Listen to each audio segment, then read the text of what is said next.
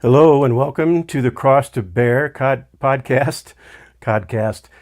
I am Phil Bear and I'm responsible for this mess. And I'm a little dark right here, so I need to bring my brightness up a little. Today we have a wonderful guest, and I am honored to have this guest on with me today. And we're going to be talking about something very important for the body of Christ and very important for theology and discipleship. But first, I want to just cover a couple of business items. I want to ask the audience to please subscribe to my channel if you haven't already, and also please subscribe to my guest channel, and they'll be on here in a second if you haven't already. And I also wanted to just let the audience know that you can feel free to ask questions, and if you put the word question and a colon right before your question, hopefully I will notice it and I'll see it and I'll be able to bring it up on the screen, and then we can deal with it. We can address it. Make it sound like it's something that's oppressive or something. So please feel free to comment and ask questions. Please be courteous and please be civil. And then I also, before we get started, I want to recommend two books to you extremely highly. And the first one that I want to recommend is a book that was authored by my guest today. And that book is Drawn by Jesus. I am about 3/4 of the way through this book right now. And it is one of the best books on this subject that I have ever read. I believe it is absolutely outstanding. If you haven't picked up this book, please do so. And I think you'll be blessed by it. It provides an incredible amount of clarification on these issues. So the other book I want to recommend is a book that I wrote and I just published recently. And the book is called Biblical Justification.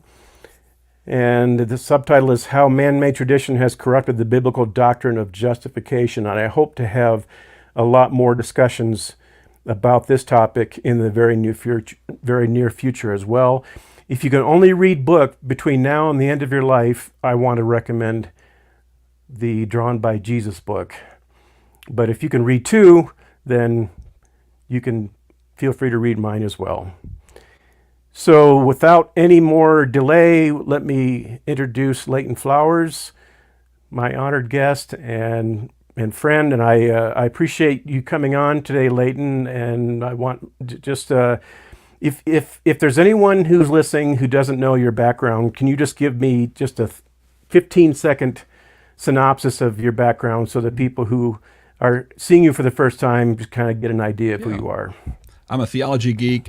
Trinity Seminary is where I'm employed as a professor of theology. I also do the Sociology 101 broadcast that's also simulcasting at the same time right now. For those that may be confused, if you jump onto my broadcast or Phil's, either one, you'll see the same thing because StreamYard, thankfully, has the ability to simulcast, and so that's what we're doing. And Phil, thanks for those kinds words about the book. I appreciate that very much. And thanks for having me on your show again. Yeah. Well, we have a question already. Was that your regular intro? And I don't know whether this question was directed at you or me, but that's my regular intro. And actually, I have to confess that the music is all me. I did the guitar work and all the instrumental work and that's wow, that's impressive. I certainly could do that.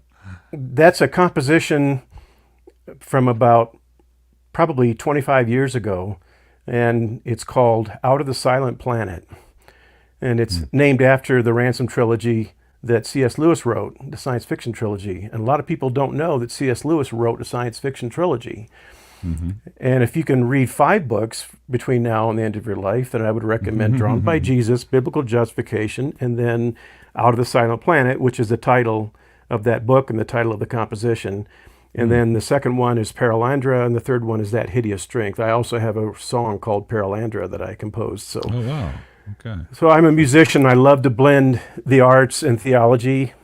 Yeah. That's kind of one of my favorite things to do if I can do it successfully. So thanks for that question, and let's dig right in, because what I want to talk about today is it's an issue in Calvinist and Arminian or provisionism, whatever alternatives you like to frame this as. Calvinism and Arminianism are not the only two options. There's provisionism, there's Molinism, and then there's my favorite option, which is none of the aboveism, and that is let's just stick to what the Bible says, but sometimes that's not so easy to do. So I think that a lot of these frameworks can help clarify things for us. We just have to be careful not to hang our hat on them too much and take them with a grain of salt, because no ism is perfect, but the Word of God is. So, Yes. So I want to read a quote from Dr. James White, whom I have a great deal of admiration and affection for, and whom I have written a tribute to in my book, Calvin's Desperation. So he has had such a strong influence on my Christian walk, and this has been over the course of many, many years. His work with textual criticism, his work with various debates with Roman Catholics, with Islam, and other Christian or non-Christian cults, and so on. His work is just absolutely stellar, and his contribution to the kingdom of God is just unparalleled and unrivaled, in my opinion. So whenever I bring up an issue that concerns James White, I want everyone to understand the conversation that we're having in that context, in the context of my admiration and love for James White. I don't want anyone to think that I think anything less of him, and I don't want anyone to think that I believe he is not a true believer, or that he is not an outstanding scholar. I believe he is. So I just want to make sure that I establish that before I get into this material. But the issue that I want to talk about today is the decree versus determinism, and we're going to kind of expand on that as we go forward here. But before I do, I want to read a quote from James White in his recent debate with Tim Barber on open theism. And in his reply to the suggestion that he is a fatalist or determinist, James White had this to say: "It's pure rubbish, okay? Just drop it!" Exclamation point. No. Saying that I believe in fate or fatalism, that I believe in something that is impersonal. Determinism is a philosophical phrase. I believe in what the Scriptures teach. The Scriptures talk about the decree of God, that God works all things after the counsel of his will, and that means it's his will, that it's his personhood. So what I want to do is focus on a couple of terms that he used. First of all, he used the terms fate and fatalism. We're going to get to those second, actually. But he also used the word philosophical. He said determinism is a philosophical phrase. And then he said, I believe in what the Scriptures teach. So he seems to be drawing a contrast between philosophical principles and what the Scriptures teach. And then he talks about the decree of God. And James White is a big fan of the 1689 London Baptist Confession of Faith. And what I want to do real quickly is share that quote and pay attention to the first line especially. It says, God hath decreed in himself from all eternity by the most wise and holy counsel of his own will, freely and unchangeably, all things whatsoever comes to pass. Now, I want to focus on the word unchangeably, because the other principle that I want to talk about is the idea of determinism, which James White calls a philosophical phrase or a philosophical term. So as far as James White is concerned, determinism is a philosophical principle, but the decree is a biblical principle. And James White seems to be drawing a contrast between those two, as I said. And what I want to do is examine what he means by the decree. And I think that we can fairly assume that what James White means by the decree is what the 1689 London Baptist Confession of Faith says about the decree. God has decreed in himself from all eternity past, freely and unchangeably. And I want to focus on this word unchangeably, like I said. And then I want to just cover real quickly, and I'm just going to quote it. I'm not going to put it on the screen, but the definition of determinism, and I take this definition from my friend Dr. Tim Stratton, who has done an enormous amount of work in that area. And that is that antecedent conditions are sufficient to necessitate all things. And when it says necessitate, that means that whatever is determined cannot be otherwise. It's an extremely important point that we need to examine and be aware of. And when I see this definition in the London Baptist Confession of Faith that uses the word unchangeably, my mind immediately goes to necessitate, necessary. The decree causes things to occur. He has decreed all things that come to pass unchangeably. If they cannot be otherwise, they are unchangeable, then they're necessary. And in the principle of determinism, you find the concept of things being necessary. So what I want to do is I want to talk about whether or not James White is really drawing a true contrast between the decree and determinism. Now, a while back, James White was in a debate with William Lane Craig, and James White made a comment, and William Lane Craig's reply to that comment was, "Well, of course you believe that, James, because you're a determinist."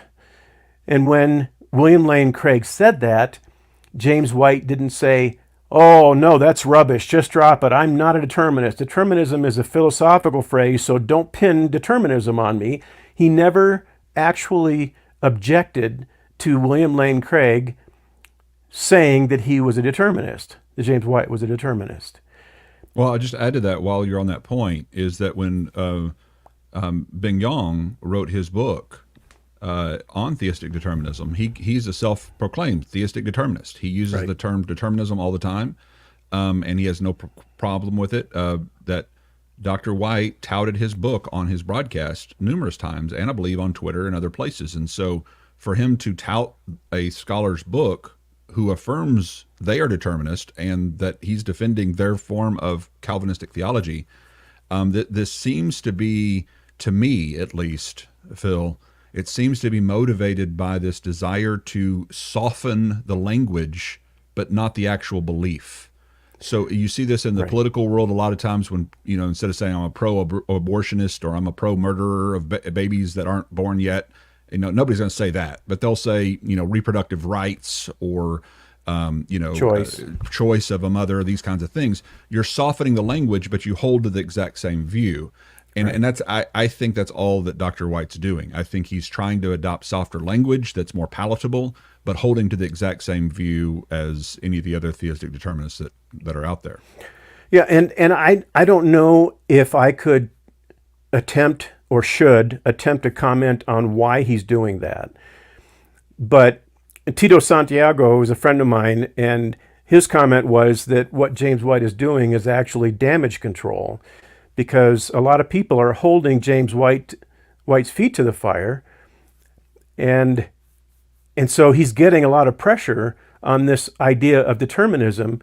And so I think that this is an escape route, saying that this is a philosophical phrase, and I'm not a big fan of philosophy. I'm a fan of the Word of God, and so there is this I don't know. I think there's a certain amount of duplicity here. I don't want to accuse him of anything. Well, I mean, And you don't have to accuse, like, a lot of times people don't want to psychologize their opponents and say, okay, right, there must be a nefarious intention, but we can judge what he actually did in that debate, for example, right, and the way what he used that obfuscation.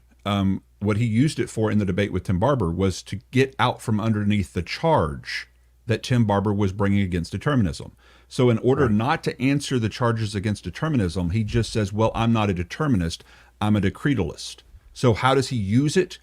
He uses it as a way of not answering. So if somebody was debating a pro-abortionist and they brought all these charges saying pro-abortionists believe this, pro-abortionists believe that, and then the guy gets up and goes, I'm not a pro-abortionist.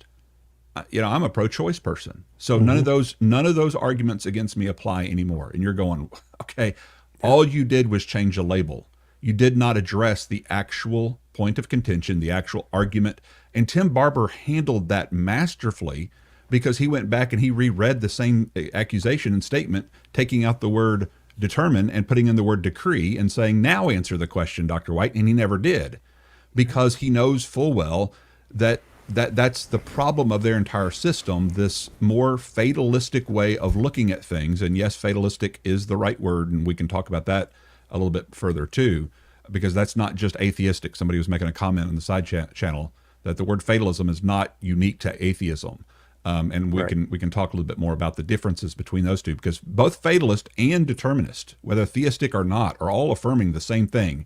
They're all affirming that everything has been preset, predetermined, and cannot be otherwise. It is a fixed, finalized future. Now, it may be because of science or because of some other God out there besides the Christian God, depending on what kind of determinist you are. But whether you're a fatalist or a theistic determinist or a scientific determinist, a naturalistic determinist, you're all affirming that one common thread.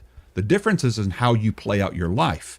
So a fatalist might say, well, therefore, what will be, and it doesn't matter if I obey or do what God tells me to, because, hey, it's all fated anyway.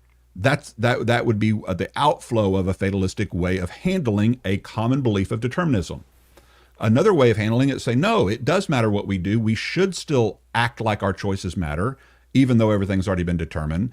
And that would be someone like a James White would say, you absolutely should be behaving. You should do the right thing. You should live your life as if the future is open and able to be changed and you're able to affect the way things happen. You should live like that. You should live like your choices really matter, because they really do. And that would be more of a determinist effect of holding to determinism. And you can decide whether that's consistent within their worldview or not. But the only differences between those views is how they choose, i.e. choose to apply their determinism.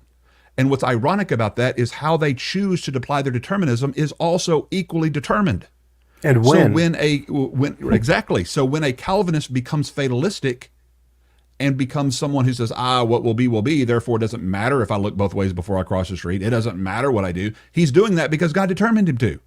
Right. And you have to ask yourself, why would God determine some people to treat their determinism, a truth supposedly under your system, and make it into this fatalistic way of living? Why would God determine his own children, even some of his own children, to treat evangelism in that way, to say, like the hyper-Calvinist might do? It doesn't matter if I evangelize or not. And they become fatalistic. Why? Because God determined them to. He decreed for them to do that. That doesn't make any rational sense in my estimation, and I have yet to hear a good rational answer. The answers I typically get for that is, you don't understand Calvinism, you're not following, you don't get it. If you really understood, you wouldn't even ask that question. Or they mock you, saying, I can't believe that's the best he's got. And they never, I was say, okay, well, answer the free thinking argument from Dr. Stratton then. It's not just like the dummies like myself are making these arguments. J.P. Moreland and Tim Stratton are two leaders in this field, and they've written paper on the subject. Answer them if you think this is just a dummy argument. Anyway, that's my little soapbox, and I just had to throw that in there. Well, I love it when you get on your soapbox, Leighton. But the other thing that we need to note here is that James White says, stop saying that I believe in something that is impersonal. And that's very important, because let me ask you this question, Leighton. Has anyone ever said that James White believes in an impersonal philosophical or theological principle? That's why they say theistic determinism. What is That's theistic? right. Divine That's right. determinism. There are EDD. two kinds of determinism. There's determinism that I wrote about in one of my books. It's naturalistic determinism. It's atheistic determinism. It's where natural law and the laws of physics and chemistry determine all things that occur. And then there is theological determinism. If you're talking about theological determinism, you're talking about how God determines all things that occur and determines all things about humanity. God is a personal being. So I don't understand why is he not aware that theistic determinism is not impersonal, but is an extremely personal principle? And have you ever heard anyone tell James White that he believes in something impersonal? Yeah, no, I again, I really do think he was trying to avoid answering the charges. And so what he was doing is trying to accuse Tim of making accusations that weren't true, or that Tim never made. Like as if Tim was saying, "Oh, you believe in impersonal fatalism, naturalistic determinism," and White saying, "I don't believe that. I'm a decretalist." And therefore, all the arguments you just made, I can dismiss with that one phrase. And Tim didn't say you believe in fatalistic, impersonal, naturalistic determinism. He never made that accusation. He was addressing him as a theistic determinist, a divine determinist, which he is. And therefore, White didn't ever get forced to answer those questions because he just changed his label. That's all that happened in that debate. And he should be called out on the carpet for that. That's just... that, in my mind, it's deceptive. Now, whether it's intentionally deceptive or not, maybe people can debate that point or not, but that's just being deceptive. Instead, I think he should do like Ben Yong does and other theistic determinists do, and defend his determinism, answer the charges, and just own what he actually is. Right. Yeah, well, I know this is not a question, but I thought I'd put this up here anyway, just for a second. Thought that was Anton LaVey for a second. Did I ever tell you my story about how I look like Anton LaVey? I don't even know who Anton LaVey is. So Anton LaVey is the founder of the Church of Satan, and he wrote the Satanic Bible. Oh, okay. Oh my, that's not a good person to be compared to. No, no. But I was at a I think it was a Olive Garden restaurant years ago, and I was there with some friends of mine, and we were outside waiting for our table and our name to be called, and the son of one of my friends said to me, "Phil, are you aware that you look a lot like Anton LaVey?" And I said, "Well, no one has ever told me that before, but we looked it up on Google and we found a picture of him, and sure enough, you go find it. I'm not going to take a lot of time with this." Well, while you're looking for that, this is my celebrity lookalike, my celebrity doppelganger.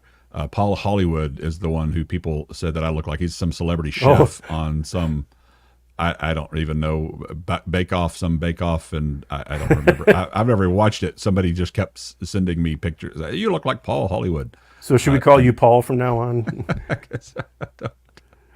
Oh no, no, thank you. But he's about 11 or 12 years my senior, so I'm not sure that's a great compliment. But he's a decent looking guy. So I guess it's better than the guy of Satan. Oh yeah, I can see that.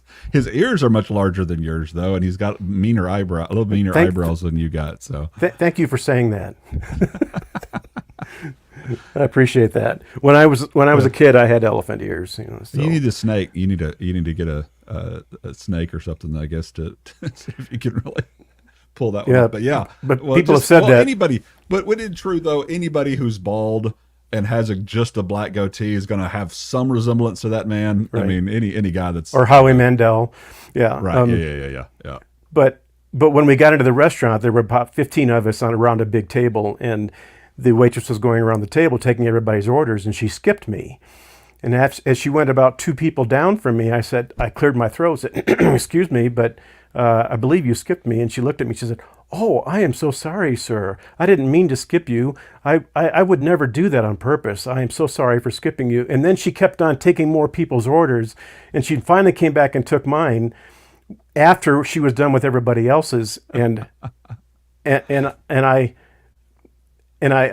said, I looked up at her and I said, "Ma'am, you don't want to mess with me. I wrote the Satanic Bible."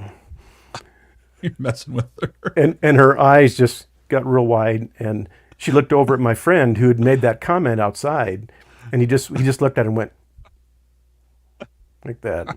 Yeah, So she was real nice to me the whole rest of the. But I gave her a big tip though. So I've been known for terrorizing waitresses. Anyway. yeah. So I want to cover this idea of fatalism because in my studies of philosophy at the University of Colorado, University of Iowa, and just on my own over the years, I have always thought of fatalism as being the idea that human beings are unable to do anything other than what they do. That what they do is determined, what they do is set, and it can't be otherwise. We cannot do anything other than what we do, so we may as well just eat and drink, for tomorrow we die, and we may as well not even try to do anything. We may as well just resign ourselves to fate. And the idea that we cannot do anything other than what we do, I see that as pretty closely related to determinism, and so someone can correct me if that's not true. And you brought up a dictionary definition, the belief that all events are predetermined and therefore inevitable. And again, that is affirmed by theistic theistic determinist, i.e. Calvinism. John Calvin himself uses the word determinism, uses the word cause, uses the word decree. He uses all 3 of those words interchangeably, and we have and words ordain to back that up. And ordain or appointed. He uses all those terms interchangeably, right. And he believes that all events, all thoughts, events, ideas, concepts, wills of man are governed by God unchangeably, in his own words. All events are predetermined and therefore inevitable. Unchangeable is the word that the Westminster used that you quoted from. That's inevitability. That's the set future in the sense of it being predetermined by not somebody impersonal, but by God. And so not every fatalist is a theistic determinist, but every theistic determinist is a fatalist by definition. Right. Now the difference is how they use that determinism. If they use that determinism to justify their inactivity, to say, I'm not going to look both ways when I cross the street because it's all fated anyway, then they are applying their determinism in a fatalistic way. Whereas a theistic determinism would say, don't apply it that way. Obey as if your choices do matter, because they do. So don't live like you say you believe. Live contradictory to what you believe, right. And live like your choices matter. And so that's the difference between what I would call like if I was calling somebody a fatalist or somebody a determinist or theistic determinist, I would call James White a theistic determinist. I would call the fatalist the hyper Calvinistic guy that says we don't need to evangelize, it's all determined anyway. It doesn't matter what I eat because I'm going to die when I'm going to die anyway. It doesn't matter how safe I don't need to put on my seatbelt. I would call that guy a fatalist. And if he believed in God, I guess I would call him a theistic fatalist, because he believes that God's fating everything and his choices don't matter. That would be the difference in the way that I would define those things. But as far as the affirmation of determinism, all things are preset and determined and inevitable, that's just a common held belief among all people who affirm fatalism or determinism, for that matter. Well, my sense is that a lot of people are confused by this, and they're confused by this term decretalism. And I'll be honest with you, Leighton, I have never heard the word decretalism before I started studying these things and before James White started using it, other than that there's a Roman Catholic doctrine that I think is called decretalism also. And that is that everything that the Pope decrees is something that all believers and everyone in the flock should automatically follow and obey. I don't know that the word has ever meant anything other than that. And if you've heard of the term in the sense that James White is using it before, then you're a better man than I am, because I've never heard of it. I've never read about it. I've never studied it. And I think that's a reason why a lot of people are confused. Now, people can just be confused if they're hearing something that they'd never heard about before. But I think partly the reason that some people are confused is because I don't think this term has ever been used like this before. Am I mistaken in that? Again, I understood what he meant by it. He meant, because I know his stuff and I know what he talks about all the time, he meant the concept and idea. He's playing off the term determinism and giving ism into another word. And he's saying, if I'm anything, I'm decretalism. I am not determinism. I'm decretalism, meaning I believe in God's decree. Because everything White does is he'll accuse me of hating God's decree. You've heard that before. And of course, I don't hate God's decree. I just don't believe he decrees grapes and molestations and all the bad, horrible, bad things. I just don't believe he does that. I don't believe the Bible ever teaches he does that. In fact, the Bible teaches he hates that and despises that and will judge those who do those kinds of things. So it doesn't make any sense to say that he would decree them. At the root of the word decree is to declare something. And so God doesn't declare. He didn't even tempt men to evil, much less declare and causally bring about their actions and desires to do that thing. It doesn't seem like we should even have to say that, given the clarity of Scripture with regard to God's holiness and his separation from that which is evil. But nevertheless, here we are, and we're dealing with this ugly, I think, doctrine that has been introduced in the church back in the 5th century and has continually crept back up and become popular over different waves and centuries of time throughout Christian history. And you can speculate as to all the reasons why that is. And I do have some guesses as to why I think determinism and deterministic thought increases in popularity for a while and then dies back out after a while. But nevertheless, that's what we see happening. And I honestly think that Dr. White was using it as a debate tactic, as a way to avoid Tim's arguments against theistic determinism. He just labels it something new so that he doesn't have to deal with the arguments. I honestly think it was a tactic for that purpose. Whether it was a thought-out tactic that he wrote out beforehand and thought of beforehand and said, oh, I know what I'll do if he brings up determinism, I'll just relabel it. I don't know. Or if it was just off the cuff and him not wanting to deal with the arguments that Tim was making, so he just decided to use a different term. It would be tantamount to somebody like him saying to me, Leighton, your arguments for free will are X, Y, Z. And then I come and say, well, I don't believe in free will. I believe in true human responsibility. Okay, we all know what he means when he's bringing an argument against your doctrine of free will. We're talking about human responsibility, your ability to respond and how you understand those things. And so it's just it's a dodge technique that's in debate. And White's really good at those kind of techniques. And if people don't call him on them, he can get away with it. But obviously his opponents are going to call him on these kinds of things when they notice them. And I think Tim did a good job calling them on it by just saying, okay, well, take out the word determine for my argument and put in the word decree. Now answer it. What's the difference? Right. And I think he even makes a stronger point. I don't know if you noticed this, Phil, but he said, well, it's even worse if it's personal. If in other words, if a naturalistic causes bring about molestations, rapes, and all these horrible bad things, right, that's right, not so bad as compared to a personal God coming up with this stuff and decreeing it to come to pass causally. That's far worse. Right. And so it's not like you're getting out from underneath the problem by saying, well, my view is a personal view.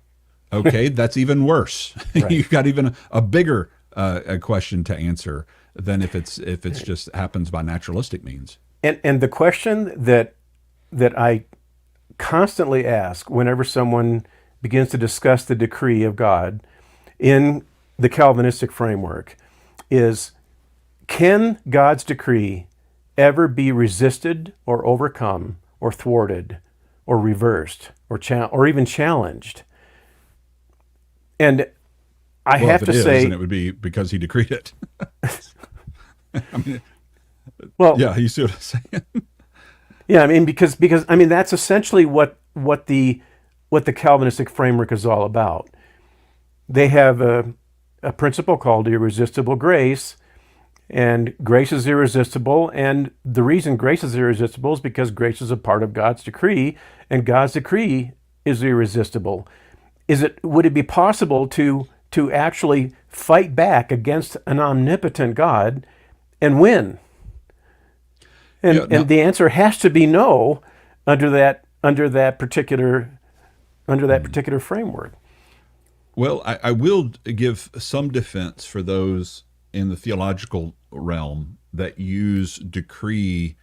And I used to do this back when I first, kind of was leaving Calvinism, and I would talk about God's permissive decree. And you'll hear Edwards and Piper and some of these others use this kind of language as well.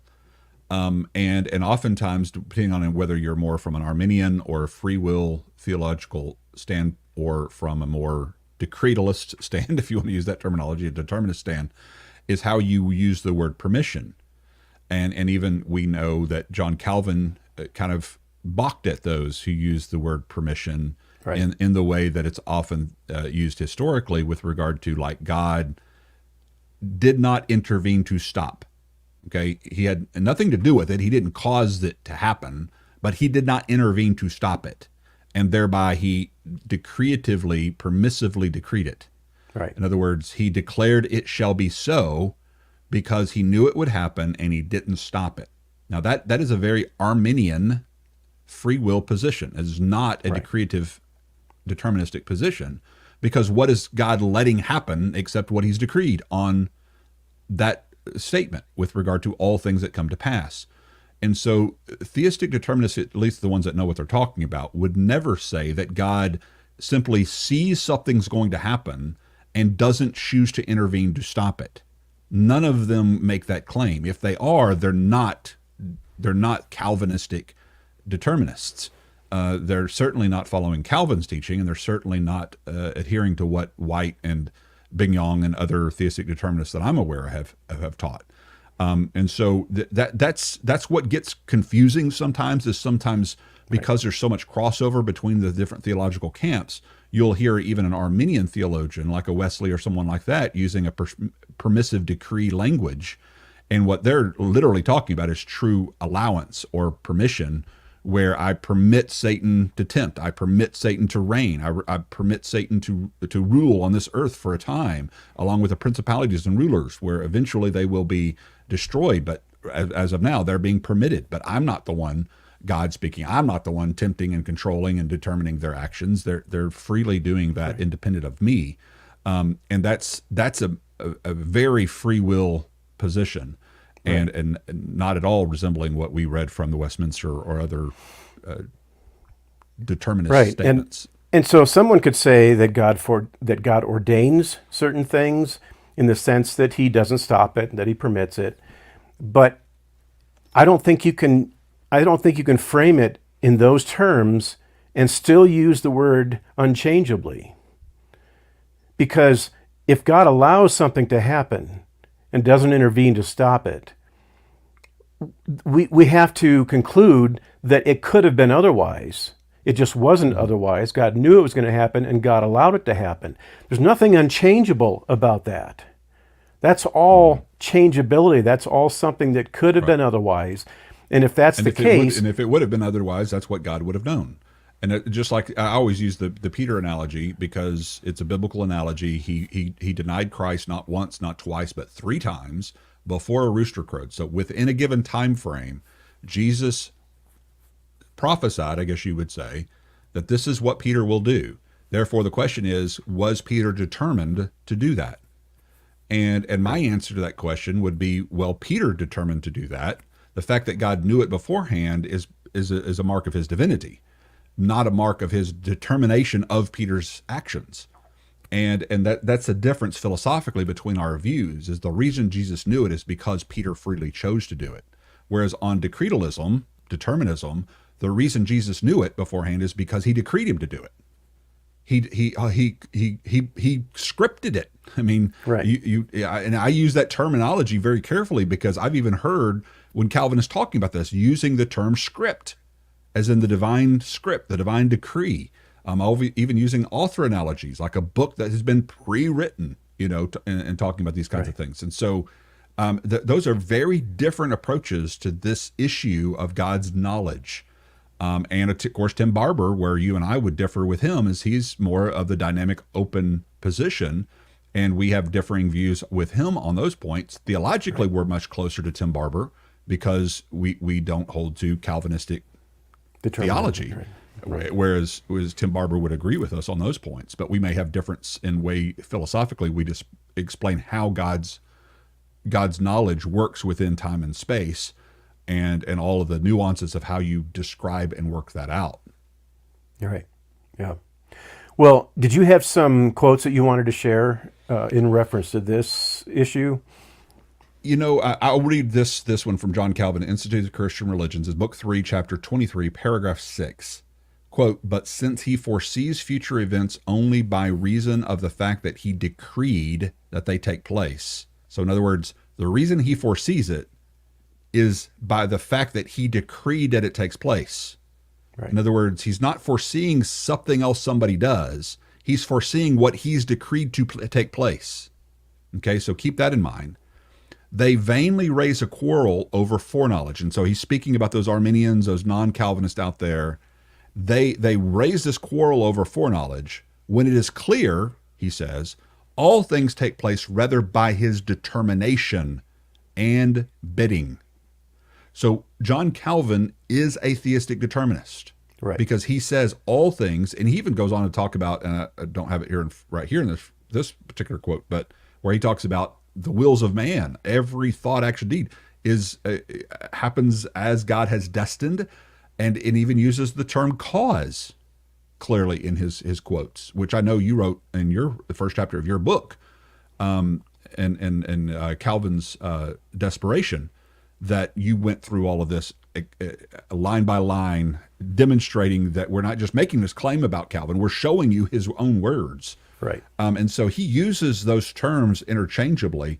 And as I said before, he also wrote this: "Creatures are so governed by the secret counsel of God that nothing happens but what God has knowingly and willingly decreed." So notice he's using the word determination and decree as synonyms. He also uses the word appointed in other quotes. If I could find that one, I can pull it up as well. Well, while you're pulling it up, cause of hardening. Yeah, go ahead. Right.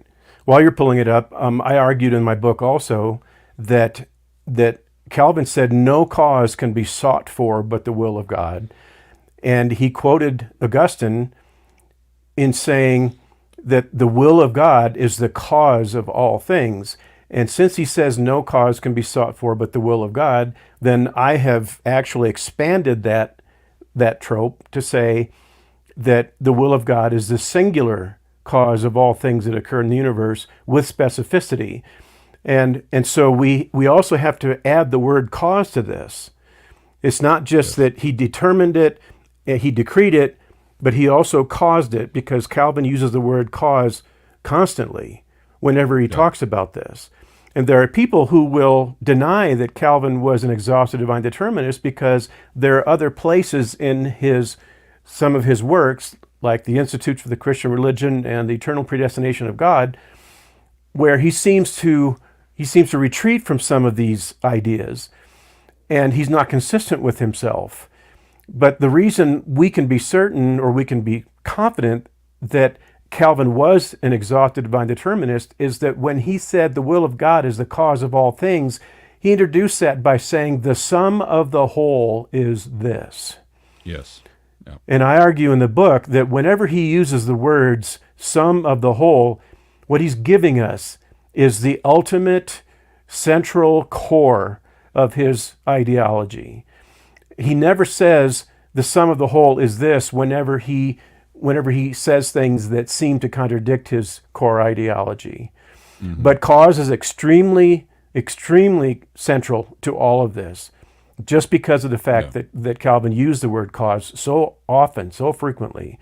And so I argue that decree, determine, and cause are all, and ordain and God's provision, they are all terms that mean essentially the same thing. They are all interchangeable. What was the next? Appointment was the other word. It says it's vain to debate prescience, which is another word for foreknowledge, which is it is clear that all events take place by his sovereign appointment. And so that this is where you get the word appointment. You also have the word willed, where he says, with Augustine, I say, the Lord has created those whom he unquestionably foreknew would go to destruction. This happened because he has willed. Right. And so it's not just that he foreknows what they will choose to do. He's saying this is what he's willed that they will choose to do. Right. And so that's can't be any more clear. I admit that it's a miserable condition which men now bound, all of Adam's children have fallen by God's will. In other words, all have fallen by God's will, not that he knew they would fall and permitted it to happen or anything like that. And I've heard some guys, I know there's a pastor named Chris Harris who's a Calvinist who's talked about how, well, the decree is not causal, and he'll try to really insist that this decree is not the cause of what happens. Right. And then I always have to push back at, then what's the point of it? Because if it's not the cause of what happens, then what is it? Just a statement about what will freely happen? Because that would just be a prophecy. Like Peter denying Christ 3 times, Jesus would be just prophesying about what he knows Peter will freely do. If there's no causal link in the decree and what people actually do, then what's the point of it? And this is where you'll hear oftentimes Calvinists get into at least the philosophical type minded Calvinists, and there's all types of Calvinists, by the way, very non-monolithic in the sense of all kinds of people who claim Calvinism in one breath or another, or in one degree or another. But when they start debating the different kinds of, and you'll hear them say, well, you don't understand secondary causes. And I do understand secondary causes. That's one of the reasons I reject determinism. It's because I understand secondary causes. It's perfectly fine for people on our side of the aisle to talk about secondary causes, right, because there are causes that are secondary in our view. Yeah, everything is primarily caused by the decree on determinism. We don't believe everything's caused by the decree, so there are secondary causes on our view. But when you believe every single thing is caused ultimately by the decree of God, you don't leave room for secondary causes. And not only that, but if you do want to retreat from this element of causality, then it's incoherent to start talking about secondary causes. Because if God's will is not the primary cause of all things that occur in the universe, then there's nothing secondary about the secondary causes. A cause can only be secondary if there's a primary cause. But if you retreat from the primary causality, then secondary causes are meaningless. It's extremely important, and we've talked about this before. I think we talked about this when we first talked about my book when it came out. It's extremely important for people to pay attention to what you quoted. God knows future events only because he decreed that they occur. In other words, God is We've got not... quotes from Sproul and MacArthur on the stage saying the same thing. I've played in videos, just so you know. This is not just Calvin. This Right. is leading Calvinists who affirm this. So go ahead. And they're getting it from Calvin, because he said he foresees future events only because he determined or decreed that they occur. Now, what that means is that God cannot know something unless it's his will that it occurred. That means that truth is grounded in God's will, not grounded in God's knowledge, not grounded in God's knowledge of all things. So, as far as I'm concerned, he can't know anything unless he's determined it, basically. Right. And as far as I'm concerned, what that does is that bruises God's omniscience, doesn't it? I mean, because if the only way that God can know that something is going to happen is if he made it happen. It becomes pure nonsense. And I think most people intuitively recognize that. And when you get into the questions of secondary causes, I'm sure there's some examples we could give, maybe, Phil, to help people to kind of follow what someone might mean by secondary cause. You might say the Ford company is the primary cause of the existence of the F-150 Ford truck. The F-150 Ford truck that just hit a bystander and killed her. You would not say that the Ford company is the primary cause, or the there's different names for efficient cause and all the kinds of different things where you would say, but you would say there's a causal link, because if not for the Ford company, therefore the F-150 would not exist. And if the F-150 did not exist, therefore that bystander would not have been struck, at least by an F-150. And then you could even go back as far as to Henry Ford himself and say, well, Henry Ford was the cause of that bystander getting killed. And you put that many links. And so you got secondary, third, fourth, fifth causes all along the route that you could name probably 1,000 different dominoes in that chain of events that led up to that bystander being killed, linked all the way back to Henry Ford, and maybe even prior, obviously, to that, to, okay, who gave Henry Ford the first concept and idea of the vehicle and these kinds of things.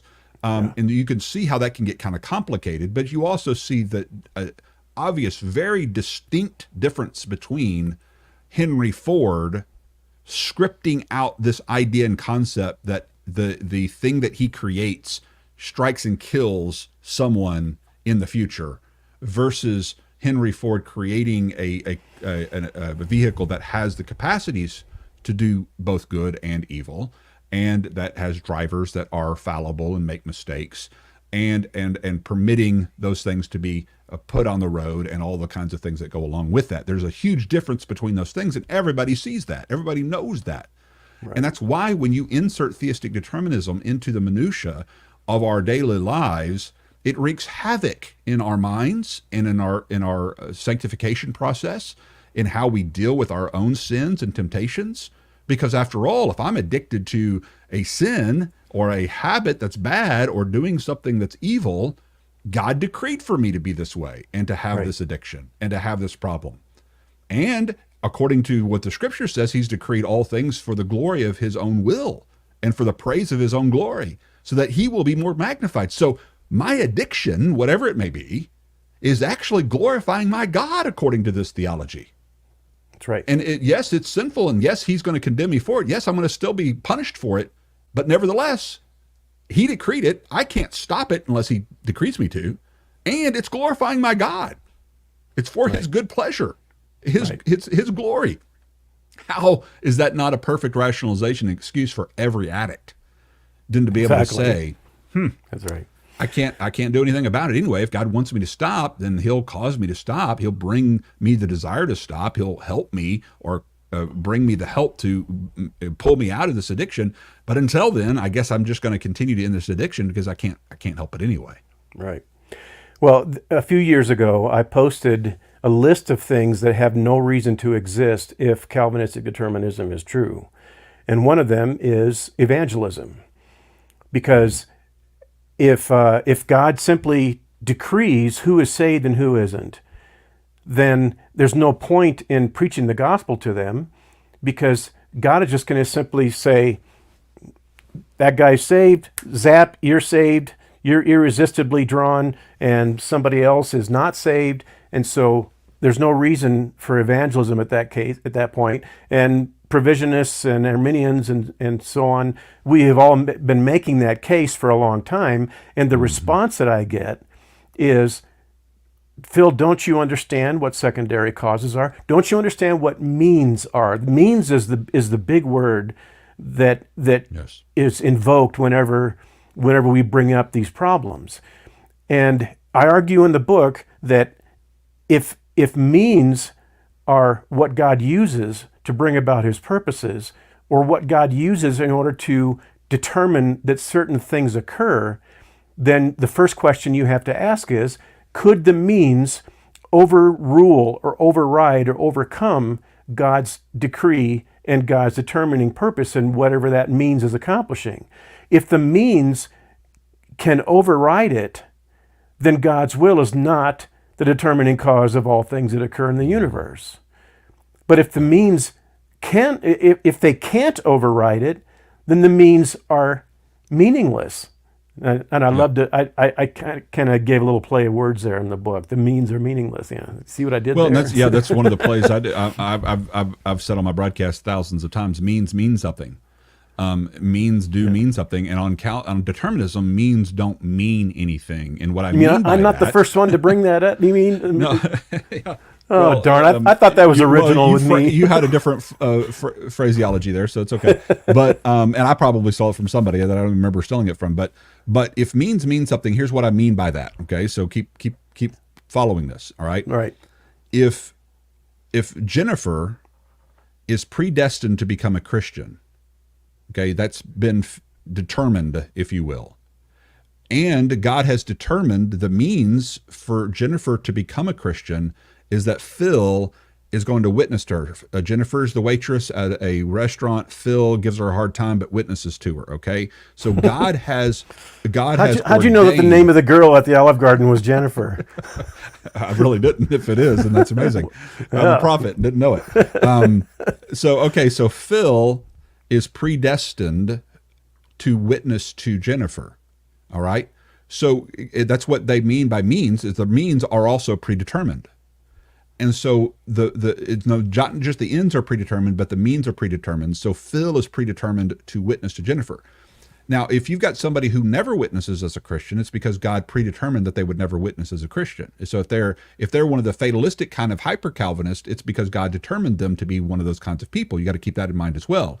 Or if they're a good evangelistic kind of Calvinist, like a James White is or a Jeff Durbin is, then it's because God determined them to be.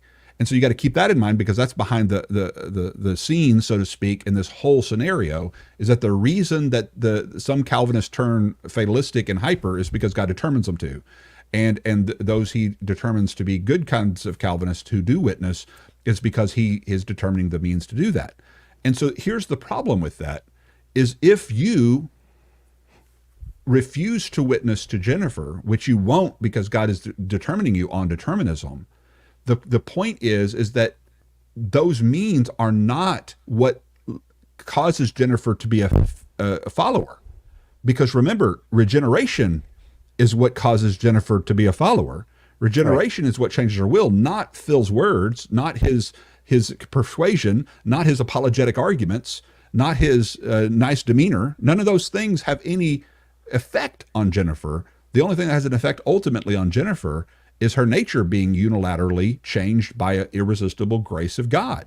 Right. And so regardless of whether Phil's involved or not, if God uses the means of regeneration, Jennifer's going to heaven with or without Phil. So the means don't actually change anything. They don't actually impact. And so that's why when you have in the scripture, when he says, because I show you this miracle, if anything, believe this miracle. I came delayed in coming to save Lazarus so that you would see this, and by seeing it, you may believe. None of those means mean anything, because those miracles don't convince anybody's will. They don't provoke anybody to believe, like Paul says in Romans 11, when he says, I hope that the envy that you have for my ministry to the Gentiles will provoke you to envy so that you'll be... Those means don't mean anything on Calvinism, because envy's not going to cause you to believe. Persuasion's not going to cause you to believe. Miracles are not going to cause you to believe. On Calvinism, only this effectual, irresistible call of regeneration will cause people to believe. And so you could give or take those miracles. You could take them off the screen totally and just remove them. And if you regenerate somebody, they're going to be saved, regardless of those means. So the means don't do anything. They don't mean anything on Calvinism. Determinism undermines the means, even though they're big about saying, we believe God uses means. It doesn't really mean anything, because the means don't do anything that regeneration itself doesn't itself accomplish. Right. Yeah. Kyle Kringle says, Jeff Durbin, I have a 100% success rate in evangelism. And I remember hearing Jeff Durbin say that in one of the talks that he gave. He did. And as soon as he said that, my response was, and I said this out loud, I was listening to it in the car on the way to Iowa. And as soon as you said that, I said out loud in the car, then you're not an evangelist.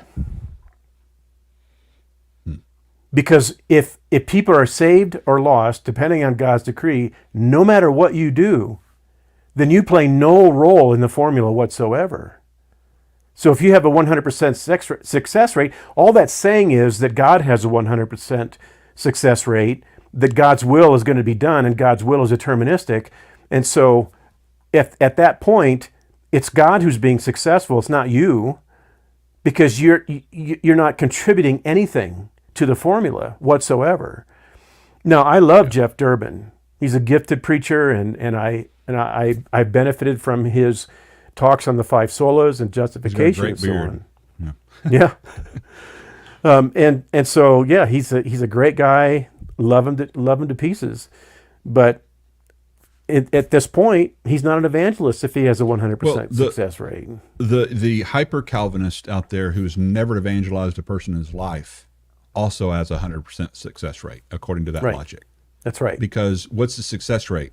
You will evangelize and bring to salvation everyone God has determined for you to. And you will neglect evangelizing everyone God has determined you to. In other words, you're lacking of obedience to be an evangelist. Your lacking of obedience to share the good news is in accordance with what God has decreed for you to be and do on this system. And you can't ignore that. And the fact that we keep bringing it up annoys Calvinists to all ends, even bringing mocking, deriding comments about me when I do it. But all I'm doing is pointing out the actual claims of their views. That's all I'm doing. So they're mocking their own system when they do that. And so they'll say, oh, that's all Leighton ever says. Well, I believe that because God determined me to. And they laugh, ha, ha, ha, ha, that's so funny. He's so shallow, blah, blah, blah. And like, okay, I don't believe that. You just mocked your own worldview by saying, Leighton says he believes whatever God determined him to, ha, ha, ha. That's just what Calvin taught. That's what John Piper teaches. That's what Jonathan Edwards taught. We believe what God determines us to because God decreed whatsoever shall come to pass, including Leighton Flowers' theological belief systems and every single broadcast and every single syllable that's come out of my mouth since I started this broadcast has been unchangeably decreed and determined by the God you say you serve, and yet you mock me for doing it. That's irrational. Does it make any rational sense for you to say, on the one hand, God ordains whatsoever comes to pass for his praise of his glory? I believe Leighton's a Christian, most of them will say, except the extremist. And so you actually believe a child of God, one of his own children, has been determined by God to start a broadcast to stand up against truth that is actually true, and he's decreeing me to do this for the praise of his own glory, and now you're going to mock me for doing that. Explain your rationality for that. Explain why that makes any sense.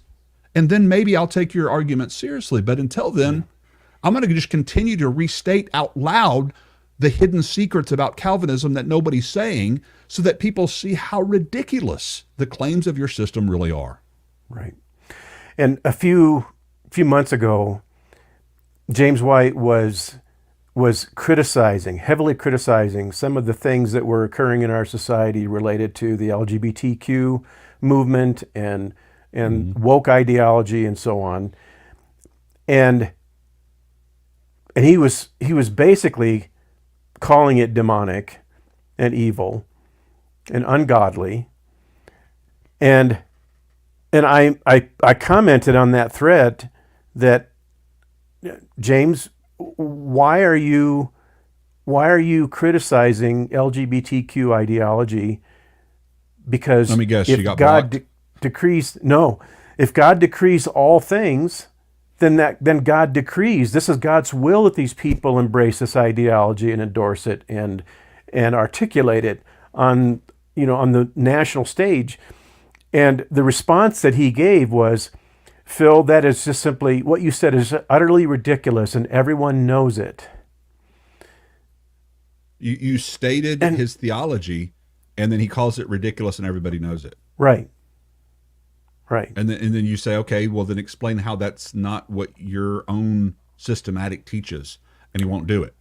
No. That's why he has to do the bait and switch with decretalism versus fatalism versus determinism or whatever else. I've got to just slap a new label on this thing, because then maybe people will stop questioning the rationality of what I'm believing and teaching. I am convinced, I could be wrong about this. I could be wrong about a lot of things.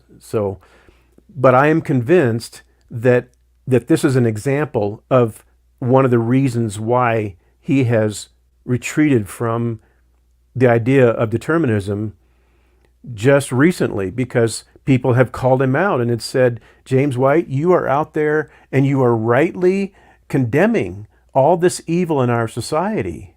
It is right for you to condemn all this evil. You're being godly when you condemn all this evil. But you have to recognize that you believe that it was God's will. And I think that a lot of people have pushed back on that, just like I pushed back on it. I think a lot of people have. And I think that's probably the reason why he's beginning to try to distance himself from this deterministic label. And so part of the reason that I wanted to have this discussion is that I don't want to let him get away with it. I mean, I love him to pieces. Like I said, I have a lot of respect for him, but I don't think he should get away with this. And I don't want people to be confused by this. I don't want people to be deceived by this, because it can be, I think it's extremely confusing. I think it's extremely unhealthy. And what the body of Christ needs is for people to come out and be honest with them about what they believe. And when people call them out on what they believe, they need to be honest about when people are calling them out. They need to own what they're saying. And if they don't, then I think that they're doing a great disservice to the body of Christ. I had a friend I was talking to about some of these things, a Calvinistic friend of mine, and I'd call him an inconsistent Calvinist, and thankfully so, because the inconsistency within the lives of Calvinists is actually a blessing in a lot of ways, because many of them are evangelistic and very loving and caring people. And I was a Calvinist for 10 years, so I evangelized when I was a Calvinist. I was actually on the mission field several years while I was a Calvinist, and led many people to the Lord through the work we did there. And so, yes, Calvinists can be very evangelistic, and I thank God for that. And I thank God for my friend who I had a conversation with, who may be even watching this.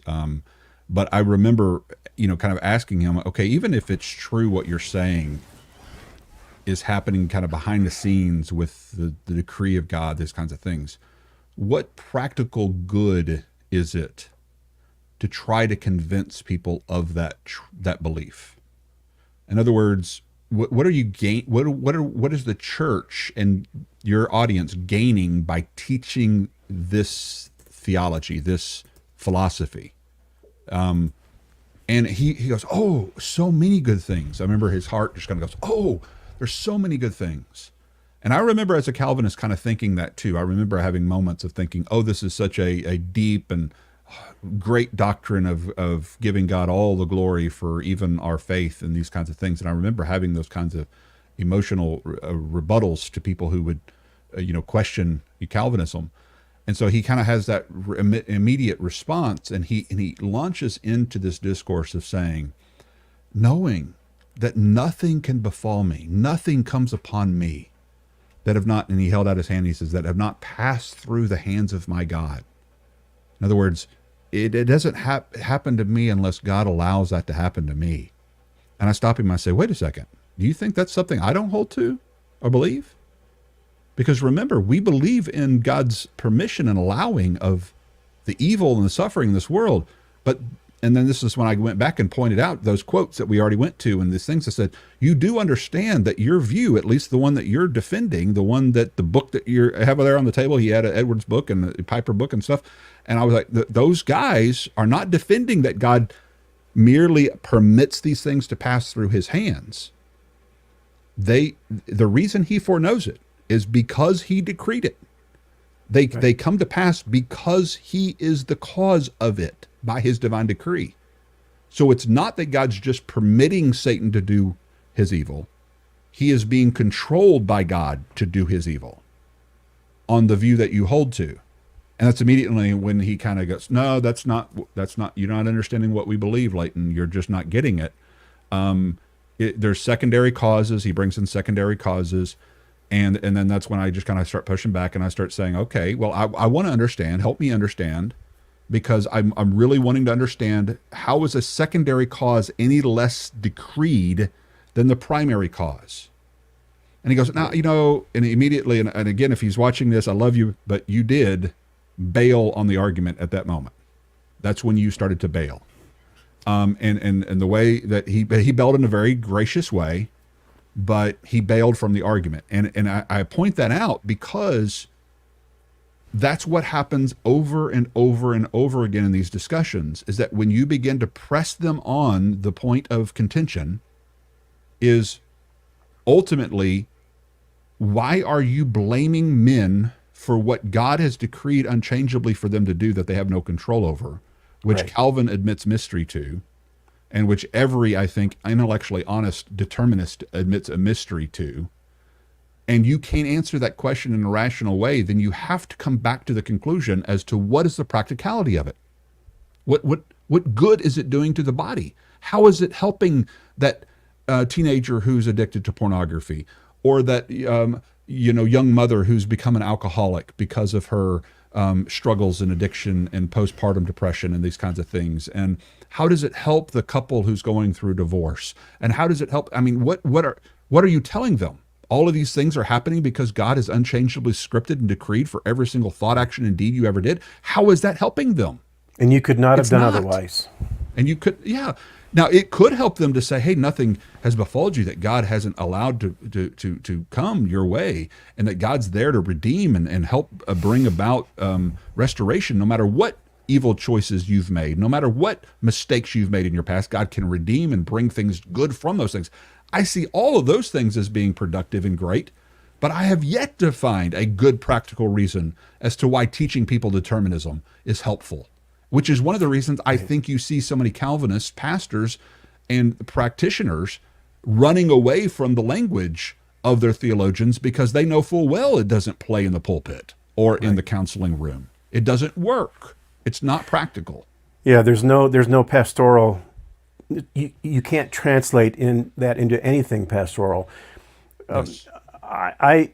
If there's anything that anyone would take away from a lot of these discussions, it's something that I would say to them loud and clear, and I would say, please understand that God does not have to determine what is happening to you in order to redeem you from what is happening to you, and in order to use it for His glory and for His redemption. Yeah. James White would say, if God doesn't determine the rape of a 12-year-old girl, then that rape had no purpose. And therefore, God can't use it to accomplish His purposes. And my reply to that is, that's absolute, I don't want to be unkind, but that's Hogwash. absolute It's lunacy. hogwash. It's nonsense. It's absolute nonsense. It does have a purpose, James. It's evil.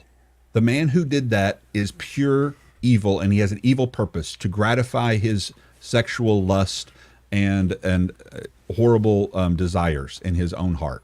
That came from him, not from his maker and our holy God. Okay, that's the purpose. So, what is the purpose in God not stepping in and permitting it from keeping it from happening?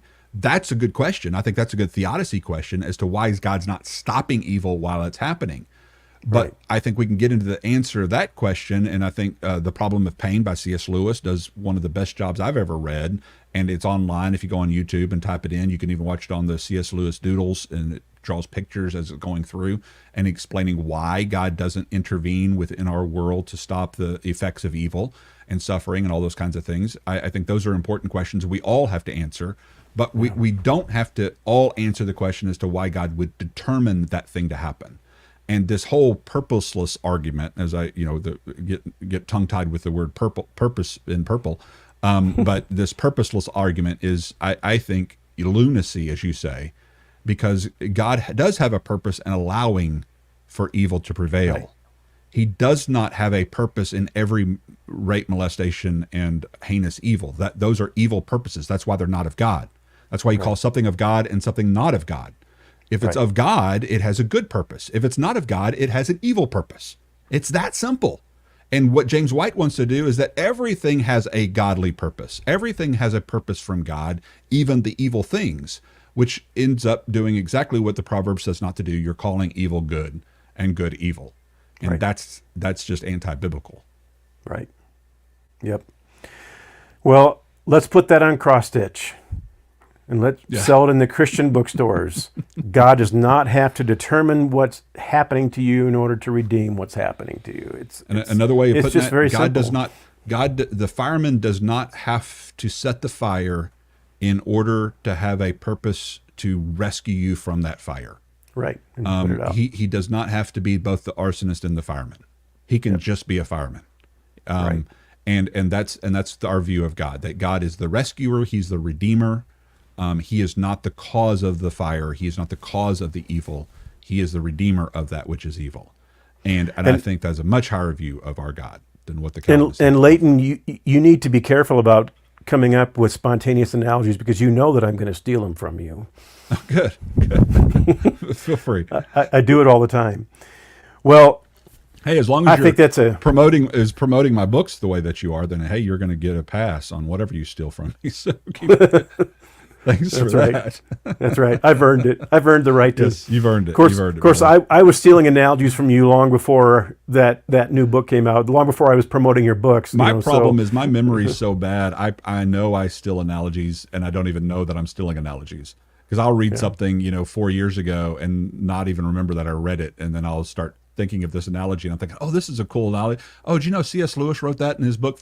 This is that's from Lewis. It's I wasn't kind of like meaning this. to steal it, I promise. It's kind of like this nonsense that white people stole this land from the Native Americans, and people don't realize that the Native Americans stole the land from somebody else, and they stole it from somebody else, and they stole it from somebody else. So but whenever I steal your analogies, I always give you credit. So you're in lots of gracious. footnotes in my book, and I don't ever want to be accused of plagiarism. So. Well, I've heard I've heard a lot of good things about your writings, Phil. That's one of the reasons I've always agreed to jump on with you when we can. You're really good at putting these things on paper and helping people to understand them in clear ways. And so I highly recommend your books as well. And I appreciate you kind of guiding this discussion today and hosting this conversation on your podcast. Right. And those who are watching on Sociology 101, I encourage you to jump on Phil's the Cross to Bear podcast and subscribe if you haven't already, because it's a great show to listen to. And him and Tim Stratton have had a lot of great conversations that I would highly recommend listening to as well. They get sometimes deep into the weeds because they're scholars, but at the same time, it's something I think that'll challenge all of us to go deeper into these things. Yeah, well, I appreciate that. And I highly recommend your channel and your books as well. And I'm looking forward to finishing Drawn by Jesus, because you have brought out some things that I had never thought about before. Mm-hmm. And sometimes I'm a little embarrassed when I say, man, boy, Leighton just said something that I should have known that. Why didn't I ever know that before? But you brought that out. And so the truth is, when it comes to like even John 6:44, my interpretation, understanding of John 6:44, it has kind of evolved. Not that it's really changed. It's basically the same view that I've held ever since I left Calvinism. But the way in which I've explained it has evolved to make it so much more simple than I used to. I used to get into the whole, Helco argument about whether Helco's this root or that root, and the word for draw, and all those things, which is fine. I have a section in there that gets into some of that, but that's really not necessarily the only thing that's really necessary, which I think my debate with James White really brought to the surface, is the conditionality of the choice. In other words, there's a reason that God the Father is revealing himself and to the Son. It's their faith. He knew that those people were following for false motives. Even White acknowledges that. He even says, look, these people, they're evil and they're following for all the wrong reasons. We all agree with that. That's why. That's the condition. They're not being entrusted to Jesus because of that fact. Those who are being entrusted to Jesus are those who did listen to Moses, who were genuine followers of the Father. People like Simeon, or later Cornelius or Lydia, or people who were divine, true worshipers of God. Right. Those would have been ones who met the condition to be entrusted to Christ while he's here on earth to establish his kingdom before he's raised up so as to draw them into himself. And when you get that, when that clicks on in your mind, you're just going, oh, this is so freaking simple. Right. It's just so easy to follow that once you realize there's a reason God's not revealing, he's not entrusting himself to all these people because they're not following him for other reasons. They're not genuine believers. They don't understand Moses. They don't understand the prophets. They are law keepers, Pharisaical, or they're all deluded by their false teachings or whatever they're going through. And no wonder God the Father would not grant them to come to the Son at that time. They would just got in the way. They would have caused more confusion and problem. Right. And so it becomes real simple when you begin to understand it's about the conditionality of the choice. Yep. Well, in my treatment of John 6:44, I actually don't go into the positive aspects of what Jesus did mean, what his intention was in the Bread of Life discourse. All I did was, and this was my purpose. My purpose was simply to show that the Calvinistic interpretation is unwarranted. But you went in. I didn't go into the kinds of details that you went in, and I'm thinking about going in and making a revision in my book, where in my treatment of John 6:44, I'm going to say all I'm doing here is I'm simply refuting the Calvinistic interpretation to get a more thorough treatment of this. See Leighton Flowers' book, Drawn by Jesus, and I recommended the Potter's Promise also. Mm-hmm. So thank you. So, but the other way that it helped me, and I want to give you credit for this, definitely in a public way, is that a few months ago, I was invited to do a debate with a Roman Catholic apologist by the name of Louis Dizon. Mm-hmm. And the debate was supposed to be on baptismal regeneration. And I turned down that invitation because I was going to base my side of the debate on an analytical exegetical approach. And he was going to base his side of the debate on an authoritarian dogma from the Roman Catholic Church. And so we were coming to the debate with completely different frameworks, and I didn't think that was going to be a productive debate for that reason. But what I thought about that debate, the one who did it was actually Dale Glover of Real Seekers, and then Dale and I did a review of that debate after the fact, and we posted that a few weeks ago.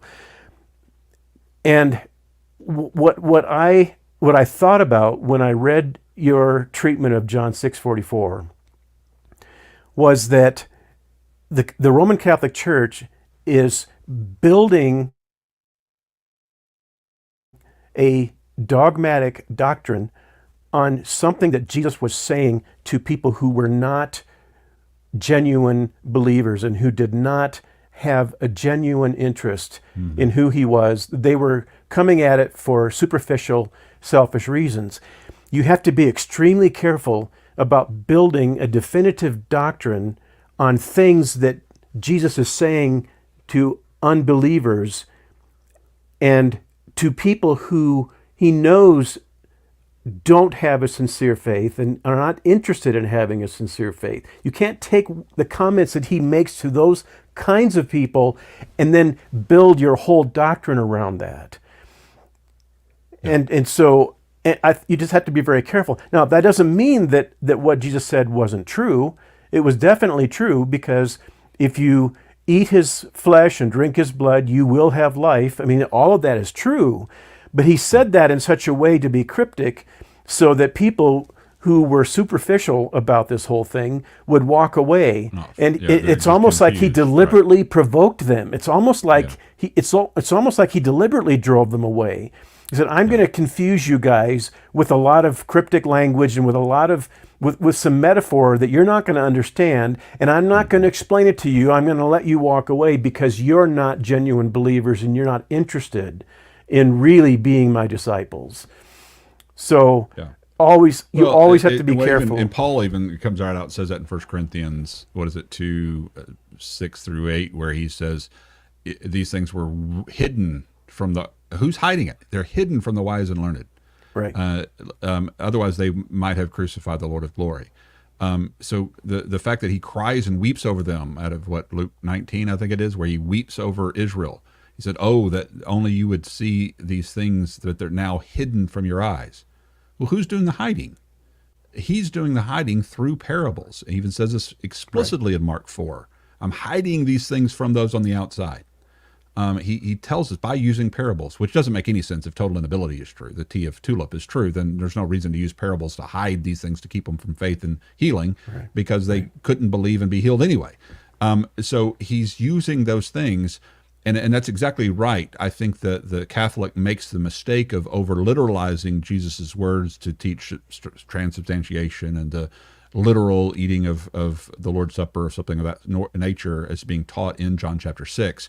And I think they've made that mistake. And what I think the most convincing argument against them is to look back. I think it's out of Isaiah. I don't have it in front of me, where basically the exact same thing, where he equates eating and drinking with listening and learning. That you're eating and drinking, partaking of me is equivalent to listening and learning and believing my teaching. Is the analogy being used there, which somebody who knows Isaiah would have known, because it's already used that metaphor in previous scriptures. But these people who are there aren't listening to Isaiah, and they're not listening to Moses. If they had listened to Moses, they would believe me, he says earlier in chapter 5. And so they're not listening, and so they're not really understanding his meaning, and that is purposeful on Jesus's part. He's hiding these truths from them, which we go into in great detail on many other broadcasts as well as the book. So thank you for highlighting that book for those that are still looking for that. Yep. Well, that's great, and so taking something where Jesus and the Father in an act of judgment are obscuring certain things from people who have hardened their own hearts. These are not people that God has hardened. Well, he has hardened their hearts, but he hardened it in response to them hardening their own hearts, their own disbelief. And so therefore, he's doing that as an act of judgment. And that has a lot to do with the creedalism, because if you understand that, then you're going to avoid making the mistake of thinking that John 6:44 is about God's decree as to who's saved and who isn't. It has nothing to do with what Jesus is talking about. So that's very important, and I kind of had an epiphany when I read that, and so I appreciate you writing it. I'm glad it helped that at least someone deal with those things. I know it helped me writing it, because I was learning as I was writing and exploring. I read so many different articles and commentators on John 6. You're amazed how much you can learn just by writing a book, because you're kind of forced to study the depths of it all. But again, thank you for this time, and I really appreciate the interview. I really do. Right. All right, we're coming up on the hour and a half mark, so I think we can wrap up with this little comment from Warren. He says, "Tell Leighton I have some carnivore flatbread in the oven." We started a carnivore ketosis diet, a keto diet on the 1st together. And so we're on day, whatever it is, 3 now. And mine's going well. Warren and I have texted back and forth each other, kind of encourage each other, holding each other accountable. But we're going to start dropping the weight. Ditching the dad bods is what we're referring to. Well, so I'm doing the same thing, so I'd love to join you if there's room if there's room for one more. Everybody's welcome. Let's all lose it together. We'll all ditch the dad bods together. That's awesome. All right. Thank you very much, Leighton, and thank you for everyone who's listening. I appreciate it, and I want to encourage everyone to stay focused on Jesus, deny yourself, take up your cross, and follow him, because he is worth it. He's worth it. Amen. So long, and thanks again. Amen. Thank y'all. Bye-bye.